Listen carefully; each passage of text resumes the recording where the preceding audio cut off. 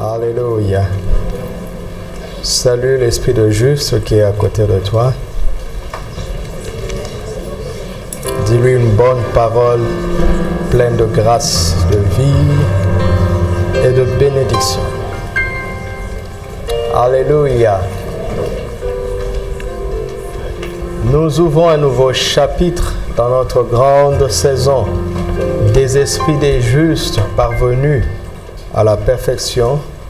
Nous ouvrons une nouvelle série que nous intitulons par la grâce de Dieu, parce que nous voyons dans la parole de Dieu, Christ, le seul pont entre le spirituel et le naturel. Christ est le seul pont entre le spirituel et le naturel. Et nous commençons à parler de la prière. La prière, une activité spirituelle. Alléluia. Jean 14, verset 6, Jésus dit, « Je suis le chemin, la vérité et la vie. Nul ne vient au Père que par moi. » Alléluia.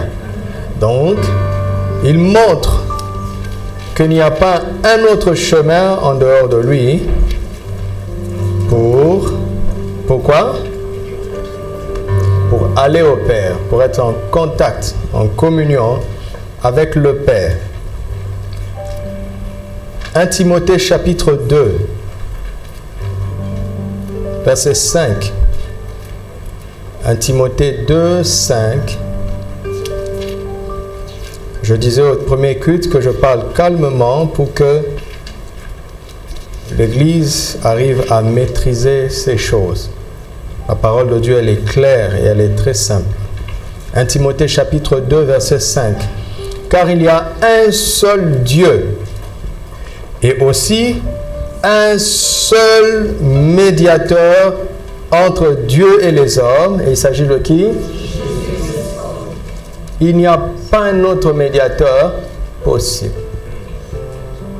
Il est le seul chemin, le seul médiateur entre Dieu et les hommes, le seul pont entre le spirituel et le naturel. Actes chapitre 4, versets 11 à 12. Acte 4, versets 11 à 12. Jésus est la pierre rejetée par vous qui bâtissez et qui est devenue la principale de l'angle. Il n'y a de salut en aucun autre nom, car il n'y a sous le soleil aucun autre nom qui ait été donné parmi les hommes et par lequel nous devions être sauvés. Alléluia. La Bible est claire ici, n'est-ce pas? Sous le soleil, il n'y a pas un autre nom qui ait été donné aux hommes et par lequel nous puissions être sauvés. C'est le nom de Jésus. Celui qui ne croit pas au nom de Jésus ne pourra pas être sauvé. C'est pour cela que nous devons partager l'évangile, parler de ce nom, afin que celui qui croira soit sauvé. Donc Jésus est le seul. Il est le seul. Il est le seul. Alléluia. Il est le seul. C'est pour cela que nous devons l'écouter. Nous qui sommes déjà du bon côté, qui avons déjà reçu le salut, nous qui maintenant reconnaissons que Dieu, le Créateur du ciel et de la terre, est notre Père, nous qui sommes devenus enfants de Dieu, nous devons savoir que Dieu est le Père des esprits. Hébreux 12, 9. Et que ses enfants sont des esprits. Ils doivent comprendre la réalité spirituelle des choses, la réalité spirituelle de la vie, la réalité spirituelle de l'histoire. Et Jésus est venu nous révéler ça. Et ça se trouve dans les Écritures, tout simplement. Nous ne parlons pas de spéculation, d'imagination, d'invention humaine ou de soi-disant révélation. Non, non. Nous sommes dans les Écritures et nous constatons que Dieu est le Père des esprits. Même si je ne comprends pas très bien, j'admets que Dieu est le Père des esprits. Et puisque je suis son enfant, je suis un esprit. Sur la base des Écritures. Et Jésus est venu nous apprendre ces choses. Le côté authentique, original de la vie et de l'histoire, la source est d'abord dans l'esprit, dans les choses spirituelles, dans les choses invisibles, dans les choses célestes, dont Moïse n'avait pas pu avoir la révélation. Il dit dans Genèse 1:1, au commencement Dieu créa le ciel et la terre, et dans la suite, il ne décrit que la création de Dieu sur la terre, c'est-à-dire les choses naturelles. Et Jésus est venu révéler l'autre côté des choses. C'est pour ça qu'il dit, lorsque vous priez, dites notre Père qui es aux cieux. Que ton nom soit sanctifié, que ton règne vienne là où nous sommes, que ta volonté soit faite ici sur la terre comme au ciel. Alors, lisons Luc chapitre 18, verset 1.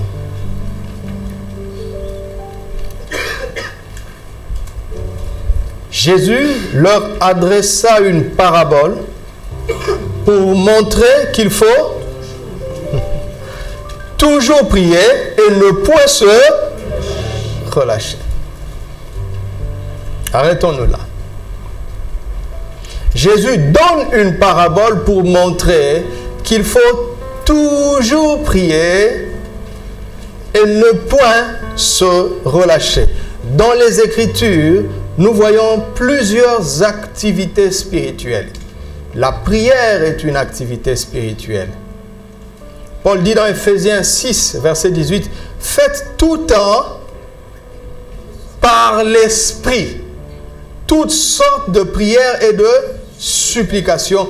Veillez-y avec une entière persévérance. » Donc, il est possible de faire les prières pas par l'Esprit. Non? Les mots ont un sens. Ne soyez pas trop pressés. Ne vous agitez pas pour rien.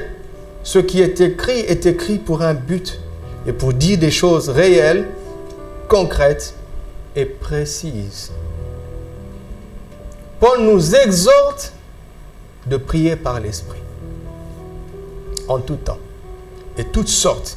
Il dit, en ce qui concerne la prière, il y a plusieurs sortes de prières.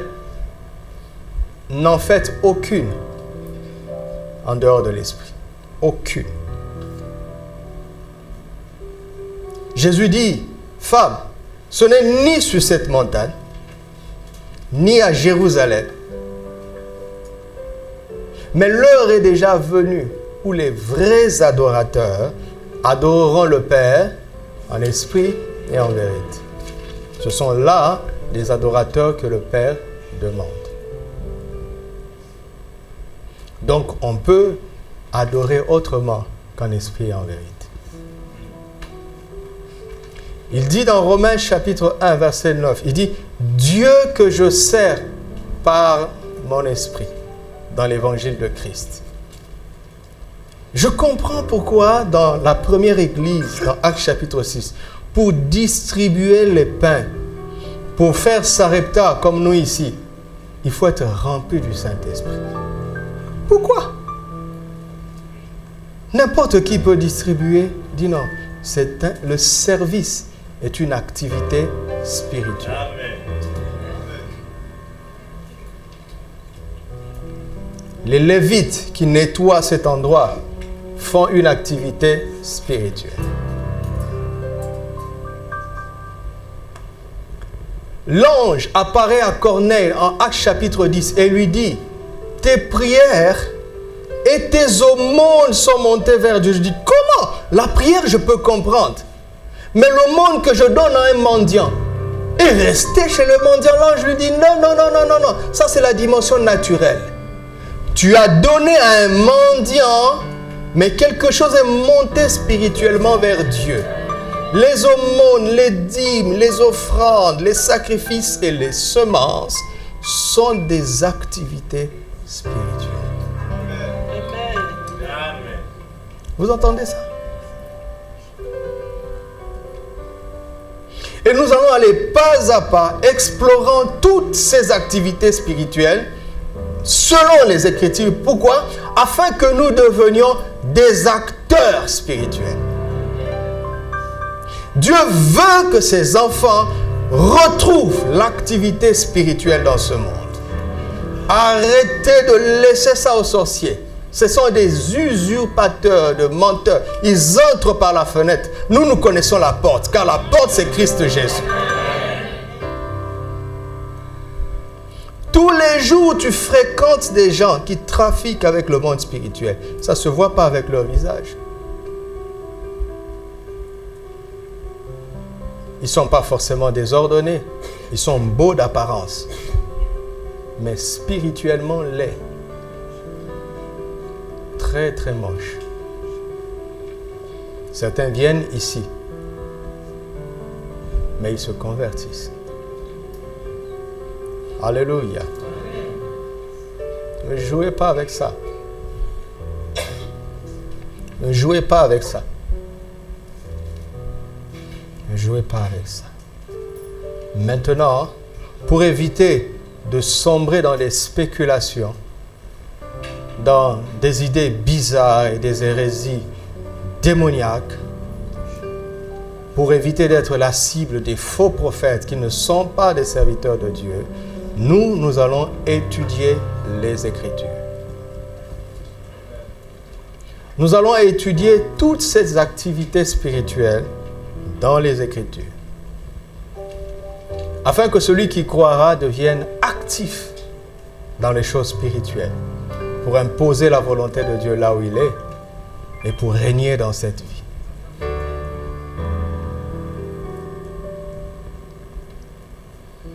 La première activité dont nous allons parler, c'est la prière. Dites avec moi, la prière est une activité spirituelle. La prière est un langage de l'esprit, du croyant. Par le nom de Jésus, avec l'aide du Saint-Esprit.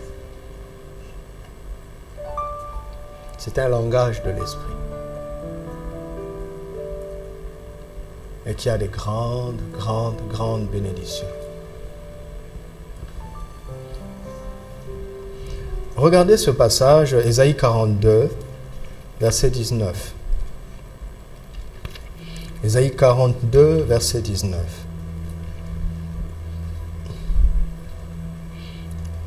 Dieu se plaint en disant ceci. Qui est aveugle? Sinon qui? Aveugle. Et qui est sourd comme mon messager que j'envoie.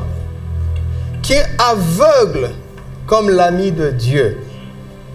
Aveugle comme le serviteur de l'Éternel.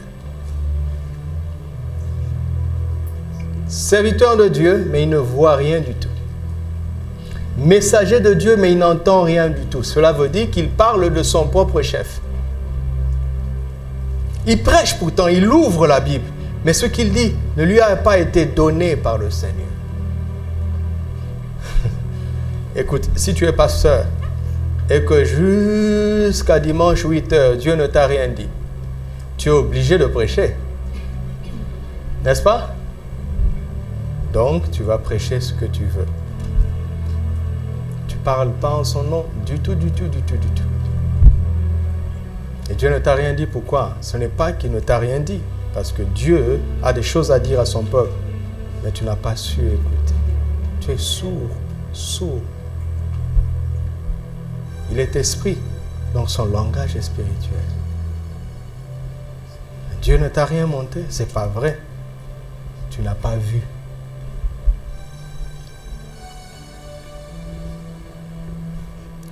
Je sais que vous tous ici, si je vous demande c'est quoi la prière, vous allez dire que la prière c'est dialoguer avec Dieu. Pas vrai? Qui connaît cette définition?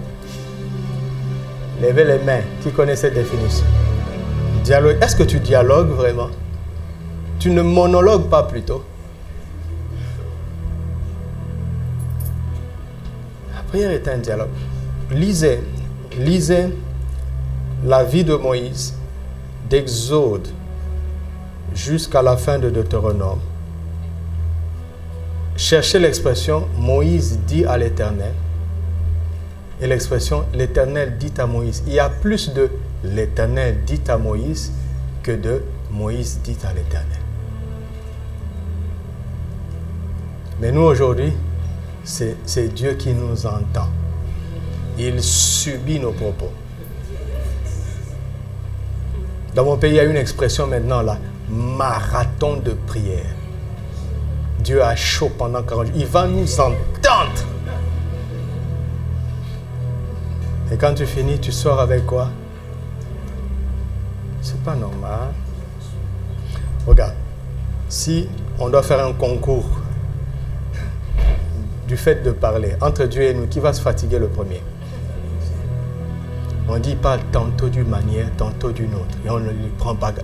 Dieu parle constamment. Il parle constamment.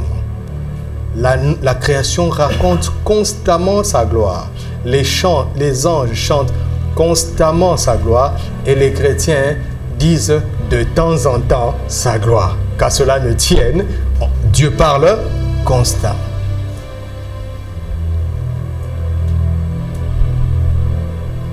Alors, je pense qu'il est bon de commencer par la prière parce que c'est là où on parle avec lui et on apprend à l'écouter.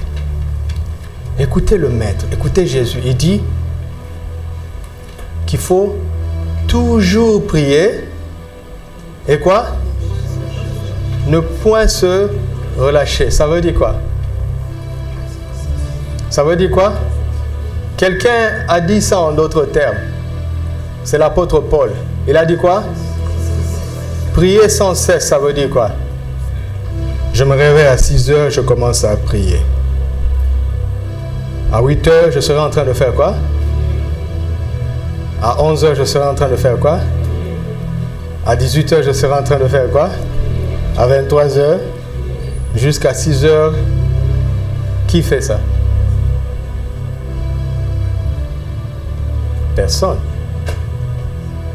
Maintenant, si tu as envie de, si tu veux le faire, est-ce que tu vas y arriver? Tu vas y arriver? Pourquoi on va me demander quelque chose que je ne peux pas faire? Alléluia. C'est 1 Thessaloniciens 5,16. C'est dans la Bible. Pourquoi Jésus va me dire de toujours prier et ne point me relâcher? Quand nous pensons que nous ne pouvons pas le faire, c'est parce que naturellement c'est impossible. Mais l'esprit peut être en prière constamment. En communion avec Dieu constamment. Éveillé constamment. L'esprit ne dort pas, vous savez ça? Est-ce que vous savez ça? J'ai compris que l'esprit ne dormait pas et que l'esprit était illimité quand j'étais étudiant. J'aborde le problème avec mon cerveau et je n'y arrive pas. J'enregistre bien le problème, j'essaie de le comprendre et je pars dormir. Quand je me réveille le matin, je ne sais pas pourquoi. J'ai la solution. Au début, je ne connaissais pas bien les Écritures, mais j'avais vu par expérience que ça marchait. Donc, quand je suis bloqué par un problème, je l'enregistre. Je le mémorise. Et puis, je pars dormir. Je me réveille, je ne sais pas pourquoi, j'ai la solution. C'est en comprenant les Écritures plus tard que j'ai découvert que mon esprit a continué à travailler pendant que moi, je dormais. Maintenant, je ne suis pas étudiant, je fais la même chose. Elle peut vous témoigner. Si Dieu, parfois, pour que je prêche, parfois Dieu me donne une pensée. Ou bien parfois il me donne un texte. Je préfère quand il me donne un texte. Parce que quand tu me donnes un texte, c'est le moyen le plus facile pour moi. Donc j'enregistre le verset. Je mémorise le verset. Je mémorise le verset. Et quelques temps plus tard, je ne sais pas pourquoi, j'ai plein de choses à dire sur le verset. Mon esprit a continué à méditer sur les Écritures. Je me suis tellement entraîné à ces choses que parfois, je suis en train de faire autre chose. Mais je me dis en moi-même, là, c'est mes mains qui sont occupées à faire ceci. Là, c'est mon intelligence qui est occupée peut-être à parler à quelqu'un. Mais mon esprit, je dis à mon esprit, occupe-toi du reste. Avec ton ordinateur, tu peux ouvrir ta boîte, n'est-ce pas? Ton email, tu ouvres en même temps la musique, tu ouvres un fichier Word, tu ouvres un fichier Excel, et en même temps tu es en train de télécharger quelque chose. Tout se fait en parallèle. Si l'ordinateur peut faire ça. Hein? Amen.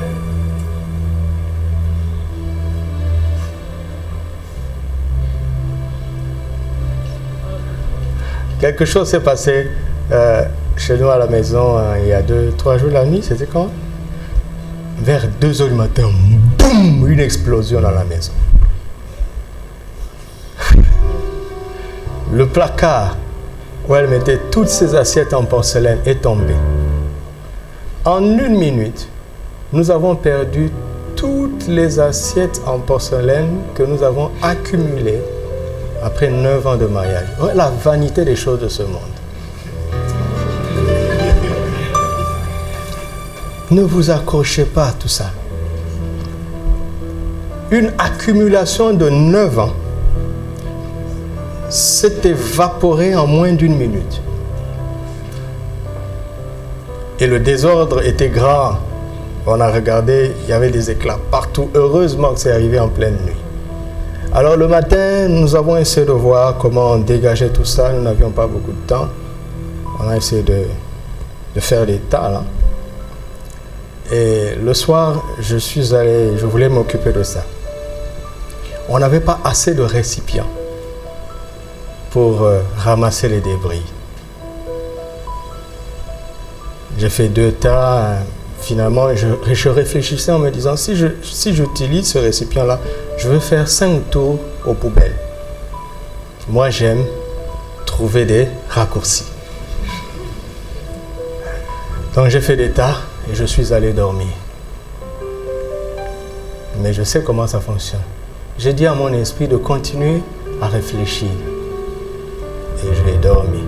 Quand je me suis réveillé le matin, elle avait une bassine plus grande, mais qui a des treillis, ça a des trous, c'est pour mettre le linge. Et j'avais la solution. Il y avait un carton, donc bref. Donc j'ai fait un tas, un seul tas, et avec un seul tour, on a jeté 9 ans de vaisselle avec joie. Parce que Dieu envoie, Dieu est fatigué de nous voir rester avec les mêmes choses. Alléluia. Mais l'idée m'est venue le matin, mais je sais ce que je fais ça. Tu peux faire ça. Arrête de dire quelque chose m'a dit. Le Saint-Esprit en toi n'est pas une chose. Tu m'entends?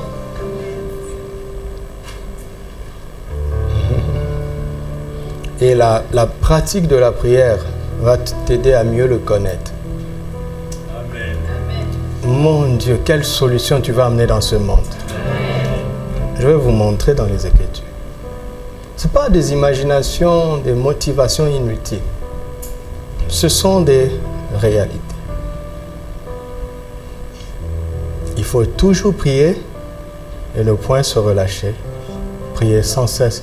Si ce n'est pas par l'Esprit, c'est impossible. C'est impossible. Luc chapitre 11, verset 1er. Luc 11, verset 1. Jésus priait un jour en un certain lieu.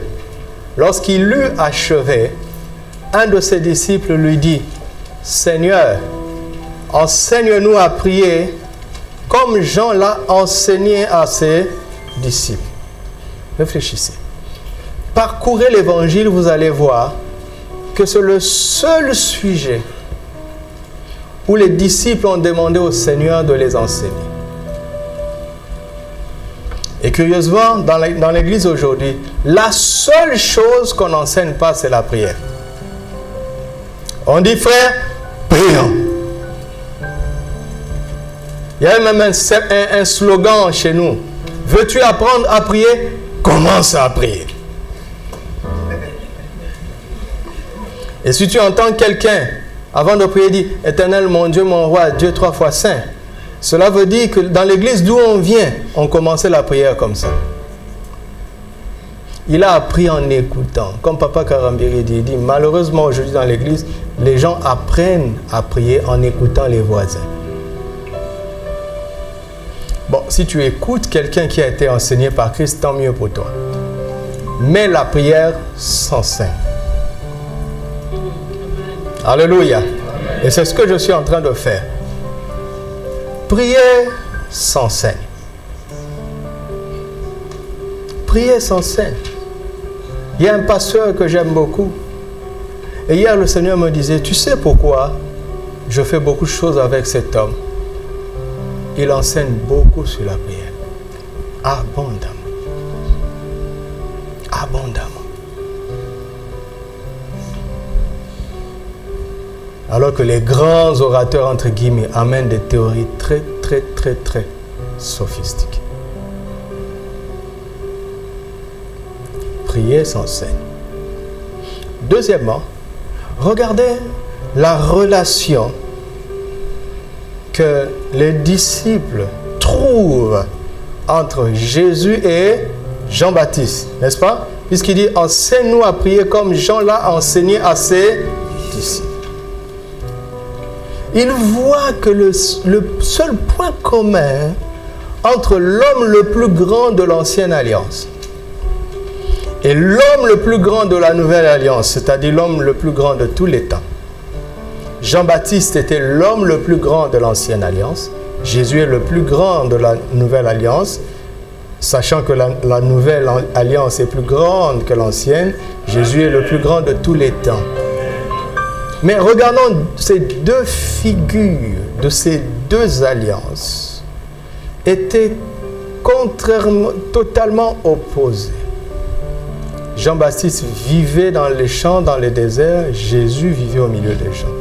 Jean-Baptiste se nourrissait de miel et de sauterelles. Jésus mangeait bien et il s'habillait bien. Mais ils avaient un point commun. C'est qu'ils prêchaient le royaume et ils enseignaient la prière.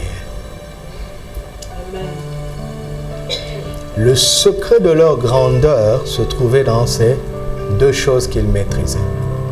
Le royaume des cieux et la pratique de la prière. Les disciples ont observé Jésus. Écoutez, écoutez bien.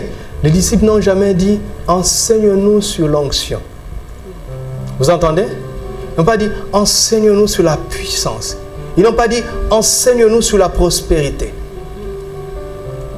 Il dit « Enseigne-nous sur la prière ». Pourquoi? Parce que si tu pries bien, tu comprendras tout le reste. Amen. Vous m'entendez? Celui qui prie bien trouvera des réponses. Toujours. Parce qu'il sait parler avec celui qui sait tout. Il sait parler, causer, dialoguer avec celui qui peut tout. Il sait causer, dialoguer avec celui qui est partout. Vous entendez ça? Dites avec moi, Seigneur, enseigne-nous à prier.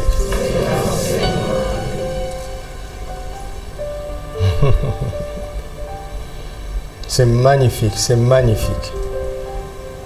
Maintenant, la question qui est une question simple. Pourquoi les disciples ont demandé à Jésus de les enseigner à prier? La question c'est, qu'est-ce qu'ils ont vu? Ok? Pour en arriver à ça.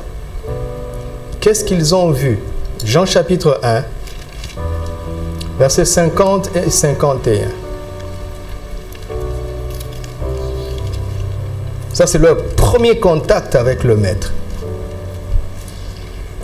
Jésus lui répondit, « Parce que je t'ai dit que je t'ai vu sous le figuier, tu crois?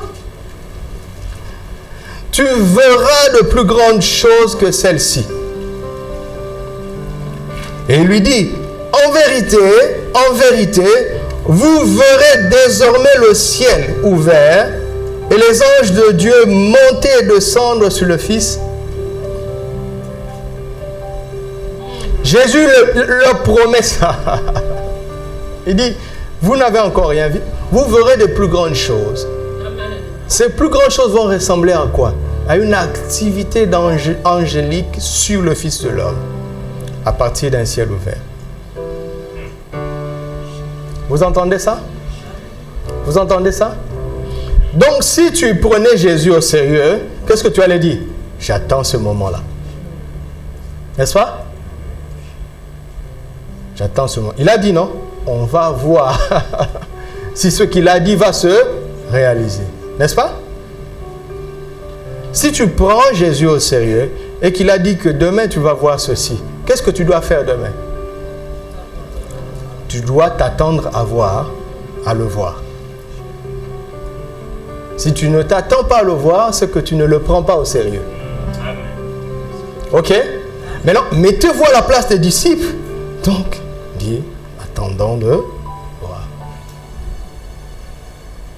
Et pour que cette activité angélique soit manifeste, il faut que le ciel...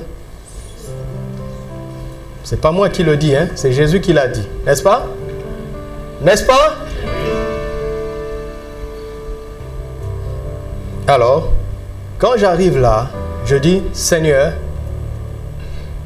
montre-moi une séquence dans la vie de Jésus où le ciel a été ouvert. Luc chapitre 3, versets 21 et 22.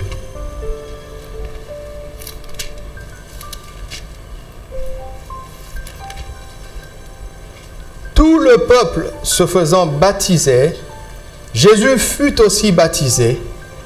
Et, lisez avec moi, pendant qu'il... Quoi? Est-ce qu'il avait annoncé? Oui. Comment ça s'est accompli?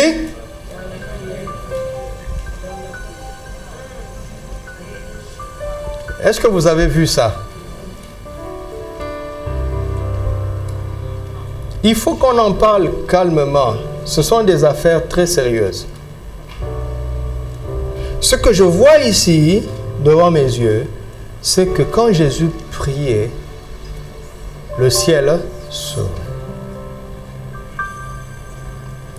C'est pour ça que je viens vers lui et dis, enseigne-moi à prier comme ça. Vous entendez? Est-ce que vous m'entendez?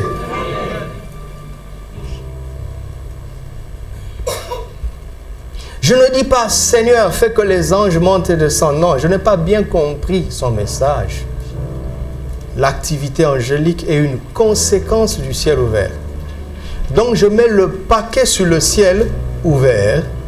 Alors, je cherche à savoir comment ouvrir le ciel. Cela m'amène à une deuxième question. Comment Jésus a ouvert le ciel? Eh bien, Jésus a ouvert le ciel en priant. Alléluia. Je vais rester simple comme ça, parce que vous en avez tous besoin. Vous m'entendez? Je sais que vous en avez besoin. Ne fais pas semblant malgré tes années de vie chrétienne. Tu as besoin de ce que je suis en train de dire aujourd'hui. Jésus, quand Jésus priait, le ciel s'ouvrait. Il avait un secret. Et c'est ça que je cherche.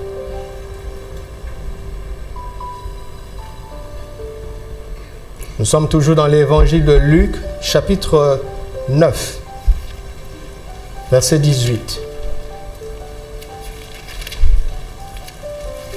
18 à 20. Un jour, Jésus faisait quoi? Prier à l'écart. Un jour, Jésus priait à l'écart, ayant avec lui ses disciples. Il avait ses disciples avec lui et il priait. Et à un moment, il arrête sa prière pour leur poser une question. Pourquoi il se comporte comme ça? Parce que n'oubliez pas, quand il prie, le ciel s'ouvre. Et quand le ciel s'est ouvert, il a voulu faire participer ses disciples à cette grâce, à ce moment de grâce. Vous me suivez? Il a voulu qu'ils participent à ce moment de grâce. Lui, il a le discernement. Écoutez, quand on dit le ciel ouvert, ça ne peut pas se voir physiquement. Tu vas ouvrir le ciel comment? Quand tu prends l'avion et tu te rends compte qu'en fait le ciel c'est de la fumée. Est-ce que tu peux ouvrir la fumée? C'est un langage spirituel. C'est-à-dire le domaine spirituel de Dieu s'ouvre. Le règne de Dieu s'ouvre afin que sa bénédiction et ses grâces descendent. Et il y a comme ça parfois dans les cultes des temps d'onction et des temps de grâce où vraiment le ciel est ouvert. Tout le monde ne s'en rend pas compte. Maintenant, celui qui s'en rend compte, parce que quand il priait, le ciel s'ouvrait toujours. Et quand le ciel s'est ouvert, il a voulu faire participer ceux qui étaient avec lui à ce temps de grâce, parce que c'était un rendez-vous divin. Vous me suivez? Alors, comment il va faire pour les entraîner là-bas? Il leur pose une question. Il dit, qui dit-on que je suis? Verset 20. Et vous, leur demanda-t-il, qui dites-vous que je suis? Pierre répondit, le Christ de Dieu. Paul fait une synthèse ici. Mais la même histoire dans Matthieu 16 nous montre que quand Paul a dit que tu es le Christ, Jésus lui a dit, tu es heureux, fils de Simon, car ce n'est pas la chair et le sang qui t'ont révélé ces choses, mais c'est quoi? C'est qui? C'est mon Père qui est où? Haha! Il est dans les cieux, ça s'est ouvert, il a envoyé une révélation et le Saint-Esprit l'a emmené. Vous savez, parfois il y a des révélations qui viennent ici grâce à la prière de l'un d'entre nous.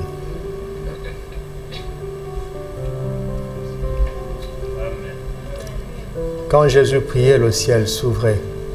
Quand Jésus priait, la parole de Dieu parvenait à ceux qui ont le cœur ouvert.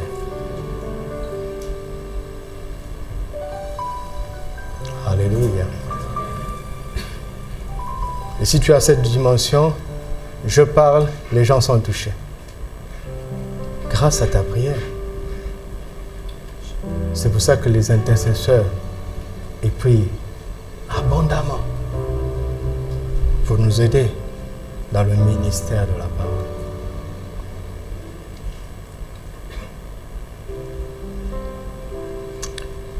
Verset 28, dans le même chapitre. Environ 8 jours plus tard, environ 8 jours après qu'il eut dit ces paroles, Jésus prit avec lui Pierre, Jean et Jacques, et il monta sur la montagne. Pourquoi? Pourquoi? Et pendant que qui priait? Lui seul. Pendant qu'il priait, l'aspect de son visage changea. Et son vêtement, le même habit qu'il avait. Vous entendez? Son vêtement devint d'une éclatante blancheur. Le même habit, mes amis. Et voici, 2 hommes s'entretenaient avec lui. C'était Moïse et Élie qui, apparaissant dans la gloire, parlaient de son départ qu'il allait accomplir à Jérusalem. Pierre et ses compagnons étant appesantis par le sommeil, mais ce temps tenus, éveillés, ils virent la gloire de Jésus et les 2 hommes qui étaient avec lui. C'est pour ça qu'il faut résister. Quand tu commences à avoir sommeil, là, pendant la prière, le diable sait. Quand le ciel est ouvert, vous savez que le diable ne peut rien contre Dieu. Comment il va faire pour fermer ce que Dieu a ouvert? Il ne peut pas. Il n'y pense même pas. Il n'est pas fou. Alors il va faire en sorte que ceux pour qui le ciel est ouvert, ceux pour qui la gloire apparaît, n'en bénéficient pas. Donc il peut passer par un alourdissement, une lourdeur, un apesantissement de sommeil, ou bien une divagation des pensées, une distraction. Tu commences à penser à autre chose.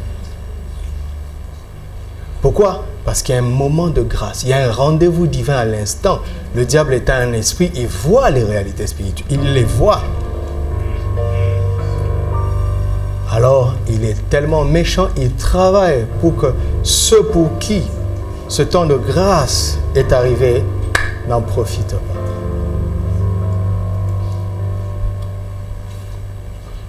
Quand Jésus priait, son visage resplendissait. Et le même... Oh, je ne comprends pas ça. Comment la veste de mon frère peut devenir blanche, d'une éclatante blancheur? Par quel processus?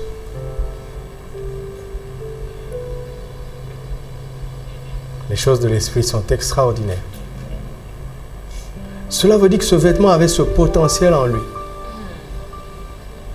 Mais on ne pouvait pas le savoir. Jésus n'a pas pris un autre vêtement. C'est comme ça que je comprends quand la Bible dit qu'ils ont marché 40 ans dans le désert. Leurs vêtements ne se sont pas usés sur leur corps. Mais ils côtoyaient la nuée. La nuée était là, la présence de Dieu. Leurs chaussures ne se sont pas usées à leurs pieds. Et l'hébreu qui dit ça, parce qu'en français on ne sent pas. Ce que l'hébreu est en train de dire, que déjà, d'une part, leurs chaussures ne se sont pas usées, mais leurs chaussures ont poussé avec eux.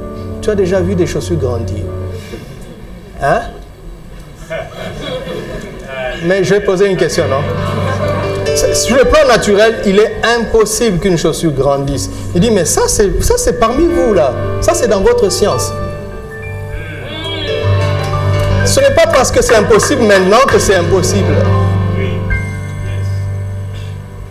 Hein? Un homme raconte qu'il vient d'un pays très chaud, qui est proche du désert. Et quand il a eu le bac, il a eu une bourse d'études. Il venait tout droit du village et il est allé en France. Et la neige est tombée. Donc il a écrit à ses parents. Il ne sait pas comment leur dire.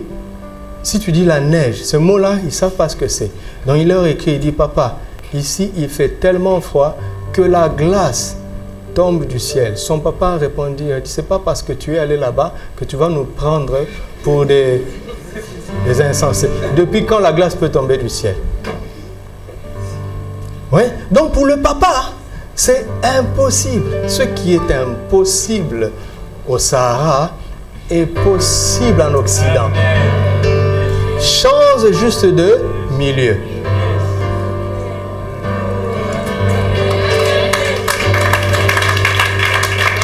Ce qui est impossible aux hommes est possible à Dieu. Change seulement de repère. Ce qui est impossible naturellement est possible spirituellement. Change seulement de domaine. Alléluia. Pendant des années du temps de ma galère, les seuls habits que j'avais ont eu une longévité extraordinaire. Nous sommes allés avant-hier dans un resto le soir, un resto où on va souvent, donc les serveurs nous connaissent. Et quand on est arrivé, voilà, on s'est rendu compte qu'il y avait d'autres serveurs. Je me suis dit, qu'est-ce qui se passe? Bon, ouais, de toute façon, le service est de même qualité. Quand on sortait, l'un des serveurs qui nous connaissait, qui était dans un autre coin, est venu, il m'a salué. Il m'a dit, je comprends maintenant pourquoi la salle est pleine de lumière. Moi, je pensais que c'était une parole gentille.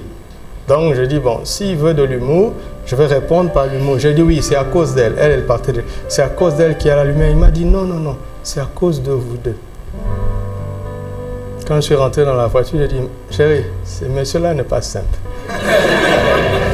Mais Jésus a dit, nous sommes la lumière du monde. Il n'a pas dit, nous le serons. Si tu pouvais savoir comment tu brilles. Mais les yeux physiques ne voient pas ça. Donc si quelqu'un voit ça, il est suspect.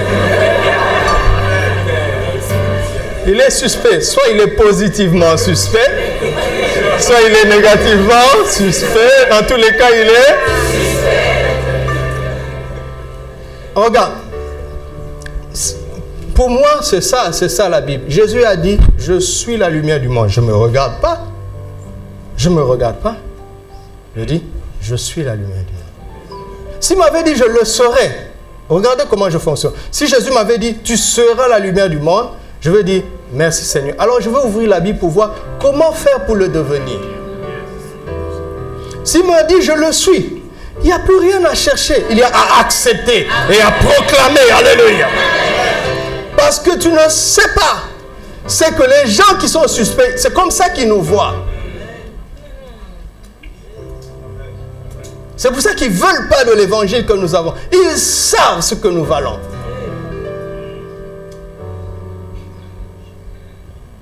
Mais la prière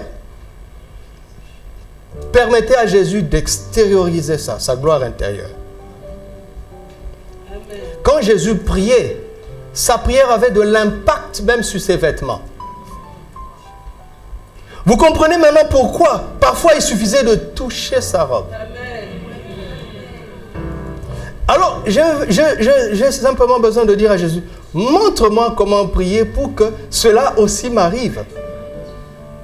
Mais je ne suis pas fou, c'est arrivé à Paul, c'est arrivé à Pierre. À Pierre, c'était tellement fort que ce qui n'était pas arrivé à Jésus lui est arrivé. L'ombre de Pierre a guéri les gens. Jésus n'a guéri personne avec son ombre, mais il n'est pas jaloux. Il a dit, celui qui croit en moi fera ce que je fais. Il en fera de plus grand.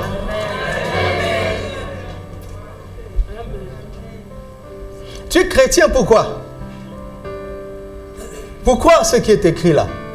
Donc quand les disciples disaient, enseigne-nous à prier, ils voulaient que Jésus leur montre comment ouvrir le ciel, ils voulaient que Jésus leur montre comment manifester la gloire, pas seulement sur leur visage, mais aussi sur leurs vêtements. Un jour, je priais d'une certaine façon, et quelqu'un est venu dans notre maison. J'étais encore colocataire, étudiant. Je priais d'une certaine façon. Et j'entendais la porte sonner. Mais j'étais tellement loin que je ne voulais pas sortir. Et je n'attendais personne, évidemment. Mais la personne a tellement insisté que je me suis rendu compte que tout le monde était sorti. Alors je suis allé ouvrir. C'est une personne qui me connaissait aussi. Donc elle est entrée au salon. Chacun a sa chambre. Vous savez comment ça se passe, non? Le salon, c'est juste un hall, en fait.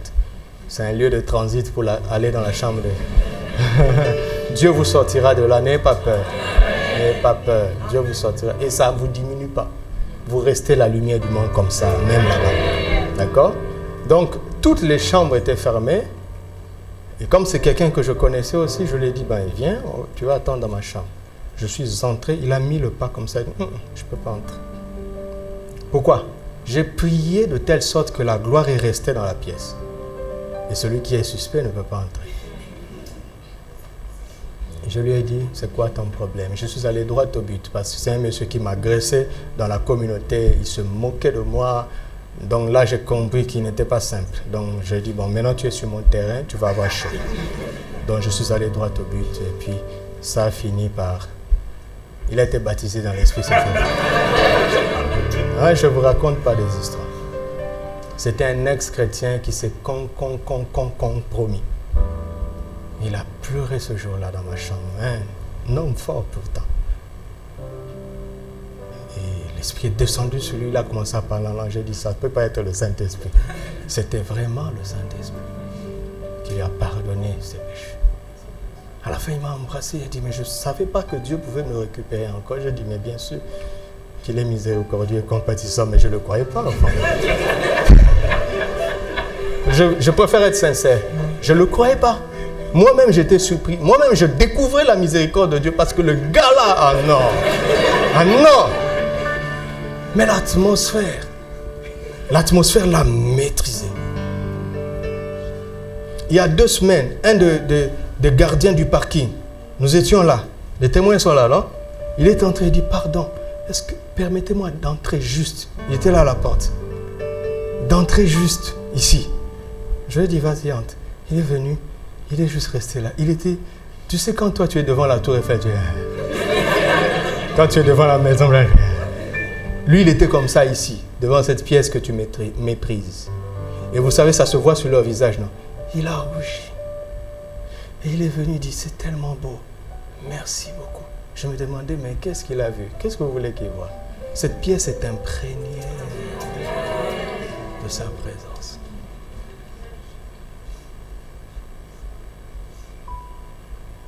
Imprégnée. Mais je suis fatigué de cette pièce, elle est trop petite. Et moi, je suis vraiment fatigué. Moi, j'aime marcher, regarde, je suis coincé ici. Je suis fatigué de cet endroit. Moi. Priez bien haut, augmentez votre foi.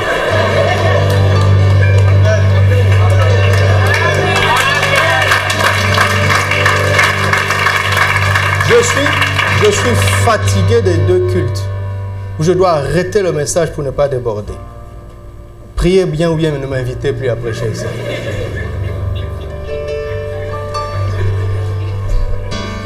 Alléluia. Dites avec moi, enseigne-nous à prier, Seigneur. Chapitre 22. 31 à 34. Toujours dans Luc. Le Seigneur dit, Simon, Simon, Satan vous a réclamé.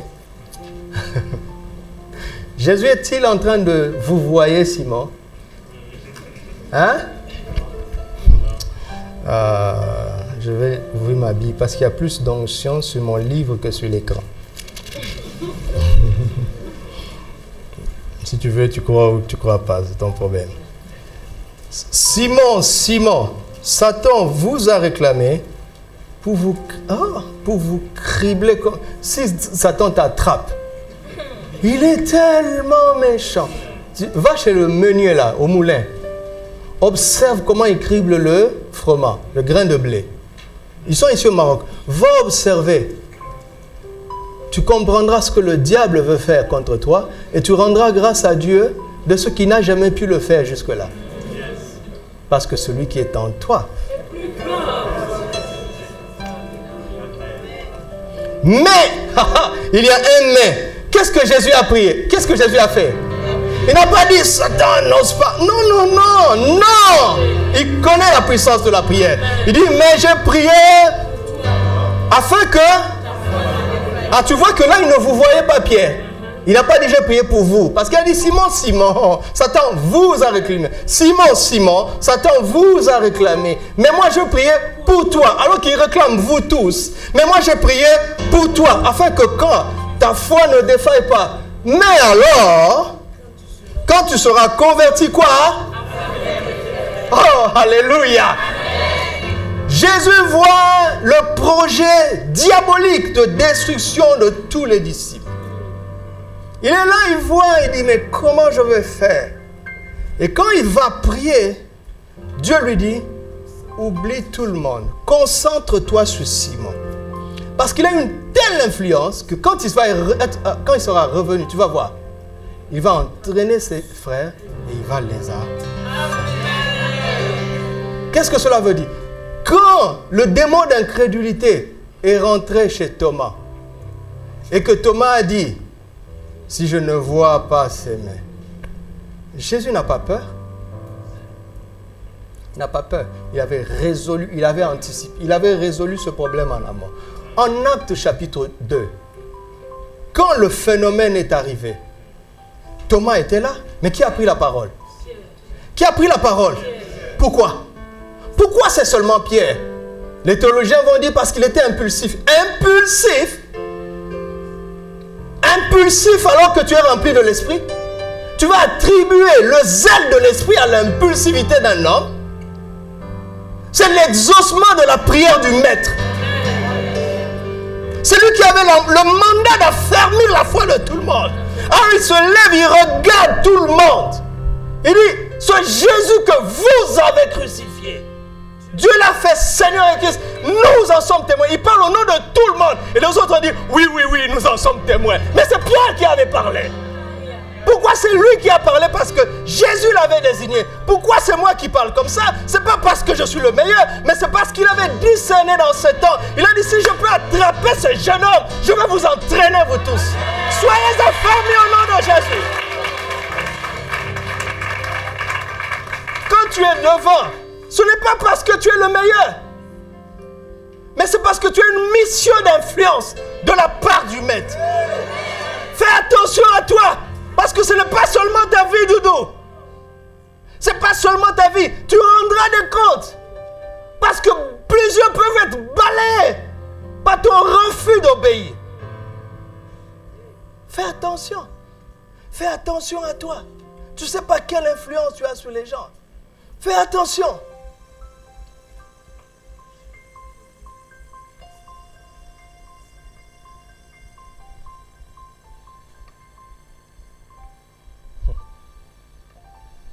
Vous voulez voir l'influence de Pierre? Allons dans Jean 21.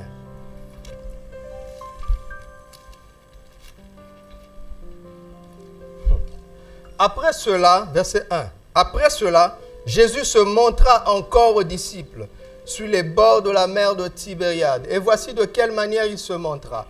Simon, Pierre, Thomas, appelé Didyme, Nathanaël, vous voyez, hein, de Cana, en Galilée, les fils de Zébédée et deux autres disciples de Jésus étaient ensemble. Écoutez, verset 3. Simon Pierre leur dit, je vais. Il lui dit quoi? Le gars est là, il ne sait pas pourquoi. Il a envie d'aller à la pêche. Et il le prononce. Il n'a pas dit, accompagne-moi. Il dit, je vais pêcher. Et les autres ne savent pas pourquoi ils disent aussi, nous aussi alors que c'était un rendez-vous. Le Seigneur les attendait là-bas. Et au bout de tout ça, Jésus se concentre sur Simon. Il dit, Simon, fils de Jonas, m'aimes-tu? Paie mes brebis. M'aimes-tu? Paie mes brebis. Si j'arrive à t'emmener à m'aimer, les troupeaux vont être bien nourris. Je te cherche. Si j'arrive à te toucher, je vais avoir plusieurs. Je veux protéger plusieurs. C'est pour ça qu'il te cherche.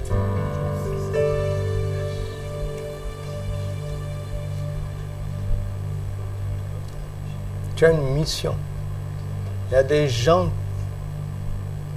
que personne ne pourra toucher mieux que toi. Ouais, je parlais comme ça parce que si je dis que personne ne pourra toucher si ce n'est toi, ça ne peut pas être vrai. Dieu ne peut pas livrer l'éternité des gens à la merci d'un seul homme parce qu'il connaît la folie de l'homme.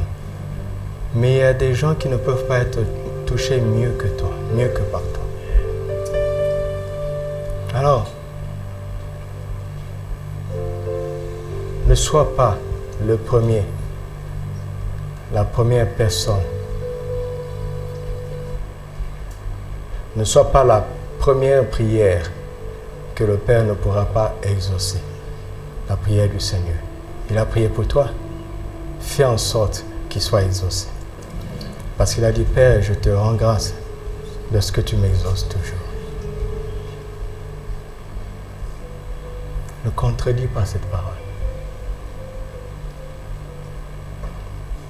Laisse l'Esprit te toucher, t'entraîner, t'amener à faire la volonté de Dieu.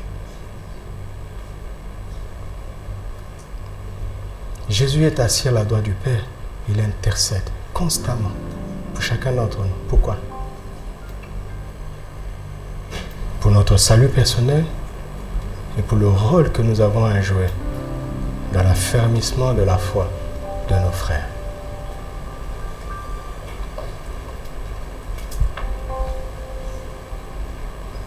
Et quand je dis Seigneur, enseigne-moi à prier, en fait, je suis aussi en train de penser ceci. Dans ce problème qui est large, montre-moi comment je peux prier efficacement. Où est-ce que je dois frapper? Regardez, regardez. Est-ce que nous prions efficacement pour le salut de cette nation? Ma mère a fait 3 ans avec cette promesse de Acte 16. Crois au Seigneur Jésus et tu seras sauvé, toi et ta famille. Elle a commencé à réclamer cette promesse jour après jour. Et un jour, le Seigneur lui a dit, oublie toute ta famille, prie pour ce garçon. Prie pour moi. Je ne savais pas que j'avais ce leadership sur la famille. Le jour où j'ai quitté la mauvaise église où nous étions et que je suis allé dans une vraie église chrétienne, tout le monde m'a suivi. Mais maman, pendant longtemps, a prié pour nous tous, jusqu'à ce que le Saint-Esprit lui dit, laisse tout le monde, concentre-toi sur ton jeune homme. Prier comme Jésus, c'est savoir quoi demander exactement. Où est-ce qu'il faut frapper? Quelle est la cible la plus efficace? Vous m'entendez? Vous m'entendez? Je parle simplement comme ça parce que c'est très sérieux. C'est très sérieux.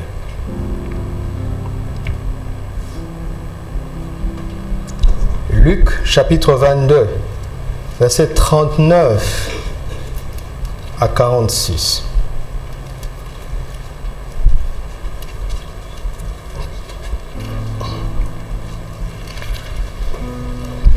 Après être sorti, il alla selon sa coutume à la montagne des Oliviers.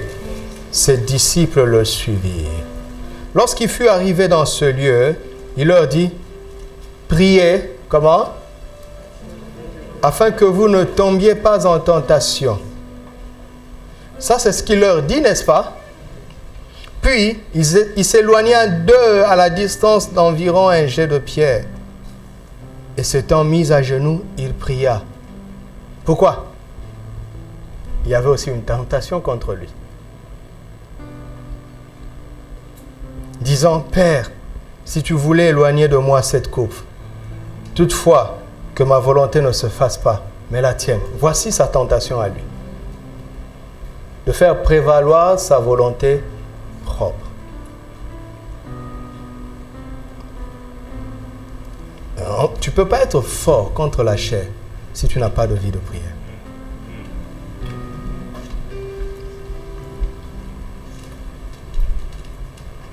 Verset 43, regardez. Alors, quoi? Il lui est apparu du ciel pour le fortifier. J'aime ça, parce que quand il a annoncé dans Jean 1, vous me suivez? Dans Jean 1, qu'est-ce qu'il avait annoncé? Regardez la beauté des Écritures.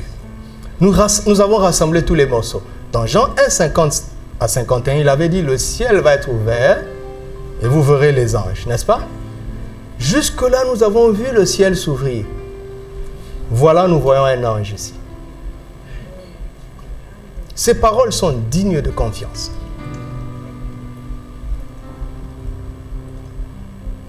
Verset 44. Étant en agonie, il priait plus instamment. C'est-à-dire, plus ça devenait difficile, plus fort il priait. Nous en parlerons un jour. La prière d'agonie, c'est la prière d'enfantement. C'est là, dans cet endroit d'agonie, qu'on enfante des enfants spirituels, jusqu'à même enfanter des nations. Pour que quelqu'un t'adopte comme son père, ça passe là.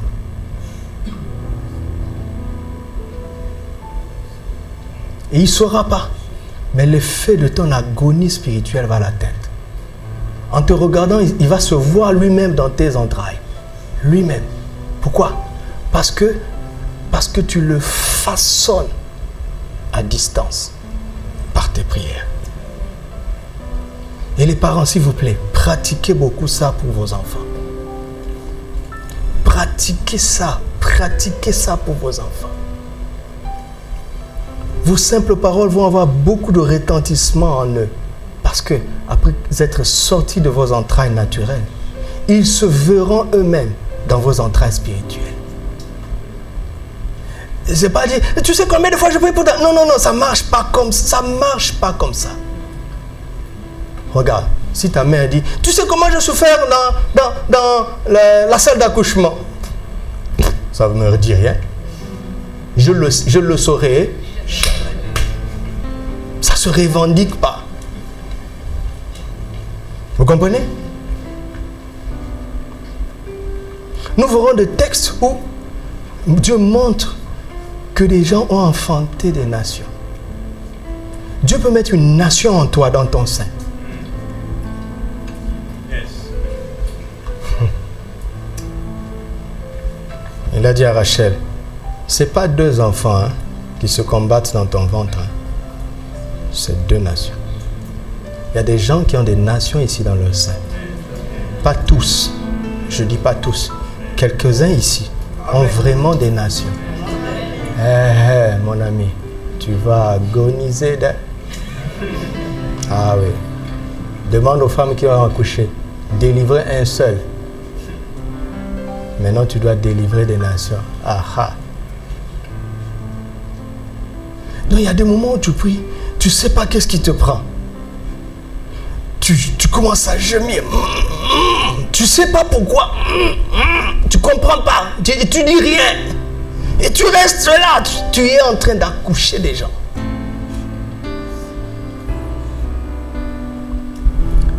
La maternité où nous sommes nés, c'est là à Gethsémani. Regardez. C'est ce qui m'étonne, on continuera. Ce qui m'étonne, vous lisez les évangiles. Est-ce que vous lisez les évangiles? Oh, ça va? Est-ce que ça va? Ça va?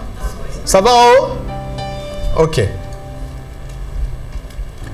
Regardez avec quelle aisance Jésus a affronté le procès et la croix.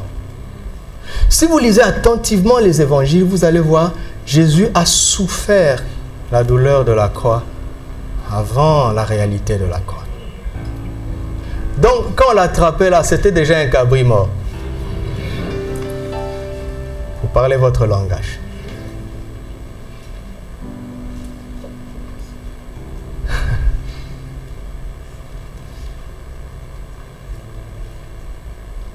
C'est à la croix, il a juste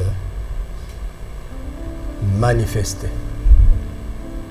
Mais il nous a accouchés spirituellement à Gethsémani. C'est pour ça qu'il ne pouvait pas trembler à la croix. C'était décidé en amont. Là où il aurait pu réussir ou échouer, écoutez ça, c'était à Gethsémani, son lieu de prière. Qu'est-ce que cela veut dire? Cela veut dire que tes échecs ou tes succès se décident dans ton lieu de prière. La suite n'est qu'une simple conséquence. Si tu as échoué au pied du maître, tu échoueras dehors. Si tu as réussi au pied du maître, quelles que soient les circonstances, quels que soient les obstacles, quels que soient les manques, tu réussiras. Parce que tout se décide dans la prière. Quelqu'un a reçu ça?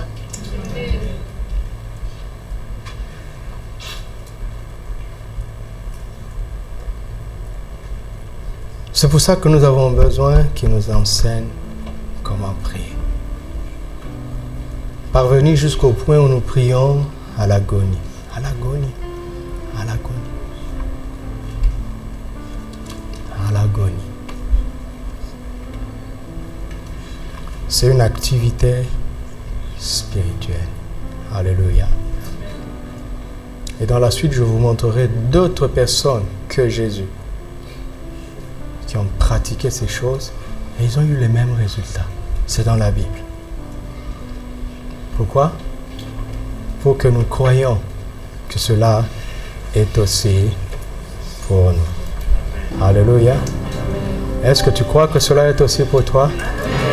Alors commence à simplement lui dire, Seigneur, enseigne-nous à prier. Parlons au Seigneur, simplement. Dites avec moi, au nom de Jésus. Au nom de Jésus. Esprit d'assoupissement. Esprit d'assoupissement. Tu n'as plus aucun pouvoir sur moi. Tu n'as plus aucun pouvoir sur moi. Au nom de Jésus. Au nom de Jésus. Esprit d'assoupissement. Esprit d'assoupissement.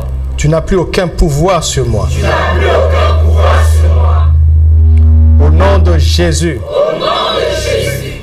Lourdeur. Lourdeur. Tu n'as plus aucun pouvoir sur moi. Tu n'as plus aucun pouvoir sur moi.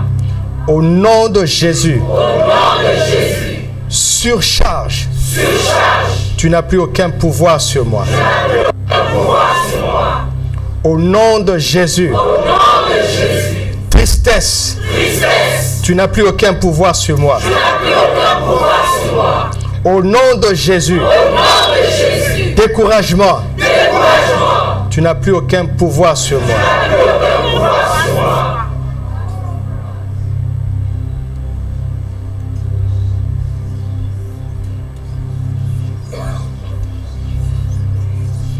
Je trouve du temps. Je trouve du temps. Malgré tout ce que j'ai à faire. Malgré tout ce que j'ai à faire. Pour communier avec mon Père. Pour communier avec mon Père. Je trouve du temps. Je trouve du temps. Malgré tout ce que j'ai à faire. Malgré tout ce que j'ai à faire. Pour communier avec mon Père. Pour communier avec mon Père. J'appelle au nom de Jésus. J'appelle au nom de Jésus. Les meilleures conditions. Les meilleures conditions. Un cadre idéal. Un cadre idéal. Un lieu idéal. Un lieu idéal. Pour communier avec mon Père. Pour communier avec mon Père. Je discerne au nom de Jésus. Je discerne au nom de Jésus. Toute ruse de l'ennemi. Toute ruse de l'ennemi. Pour m'éloigner de mon Père. Pour m'éloigner de mon Père. Je te remercie, Seigneur. Je te remercie, Seigneur. Parce que ma vie de prière a été ressuscitée. Parce que ma vie de prière a été ressuscitée. Ma vie de prière est ressuscitée maintenant. Ma vie de prière est ressuscitée maintenant. Ma vie de prière est ressuscitée maintenant. Ma vie de prière est ressuscitée maintenant. Mon esprit demeure dans le réveil. Mon esprit demeure dans le réveil. Je vis dans l'éveil spirituel. Je vis dans l'éveil spirituel. Loin du sommeil spirituel. Loin du sommeil spirituel. Rendons grâce à Dieu.